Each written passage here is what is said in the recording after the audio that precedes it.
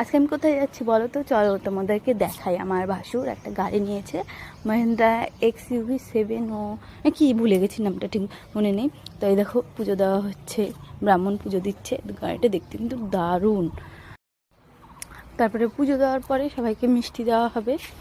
তো এখানে দেখো নারকেল ফাটিয়ে, এটা তো সবাই করে, সবাই জানে নতুন ঘরে ঢুকলে কী করলে সব কিছুতেই নারকেল ফাটাতে হয়। তারপরে চলে এসেছি ঘরে। ঘরে একটু বেডটা একটু আজকে ক্লিন করব, নতুন বেডশিট পাতবো। তো দেখো আমার সাদা কালারটা এত ভালো লাগে, আর বিছানা চাদর সব সময় টান টান থাকবে, আমার এই জিনিসটা খুবই ভালো লাগে। কিন্তু আমার যে বাচ্চা হয়েছে বাবা, কি যে করে তোমাদের কি বলবো। মানে এক সেকেন্ডও সুস্থ থাকে না, তেমন আমার বিছানা চাদরও এক সেকেন্ডও সুস্থ থাকে না। বিছানা চাদর পাতার থেকেও সব থেকে টাফ কাজ হচ্ছে এই যে বালিশের কভারগুলো ভরানো। তার মধ্যে এতগুলো বালিশ, আমাদের 3টে বালিশ, তারপরে মামামের 2টো কোল বালিশ, তারপরে আমার একটা কোল বালিশ, মানে কভারগুলো ভরাতেই আমি হিমশিম খেয়ে যাই। এতগুলো কভার কেন যে ভালো লাগে না আমার। তোমাদের কার কার ঘর গোছাতে ভালো লাগে কমেন্টে বলো কিন্তু।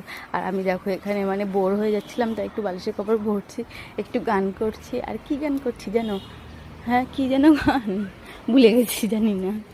যেটা বলছিলাম, কার কার ভালো লাগে ঘর গোছাতে। আমার তো ঘর গোছাতে সবই ভালো লাগে, কিন্তু এই যে বালিশের কভার ভরাটাই আমার কাছে মেন কাজ, এটাতে আমার খুব কষ্ট হয়ে যায়। ও মনে পড়েছে, মেরি খাবো মেজো আয়, এই গানটা করছিলাম। তারপরে দেখো আমি কিভাবে ছুঁড়ে ছুঁড়ে মারছি, কোন দিকে মারবো ঠিক নেই। দেখো মানে মাথারই ঠিক নেই কি করছি না করছি। তারপরে দেখো ঠিক এইরকম লাগছে এখন আমার বেডটা দেখতে। তো কার কার পছন্দ বলো কিন্তু। আর আমার বেডের সামনে একটা জানালা রয়েছে, তোমরা জানো। আজকে ছিল ভোর, তো ভোর দিতে গেছিলাম আর মামামকে ঘুম পাড়িয়ে গিয়েছিলাম। তো এসে দেখি উঠে গেছে, উঠে মাকে দেখেনি, তাই কান্নাকাটি করছিল একটু। আর বলো তো এবার ভোটে কে জিতবে কমেন্টে বলো কিন্তু, ঠিক আছে? বাই।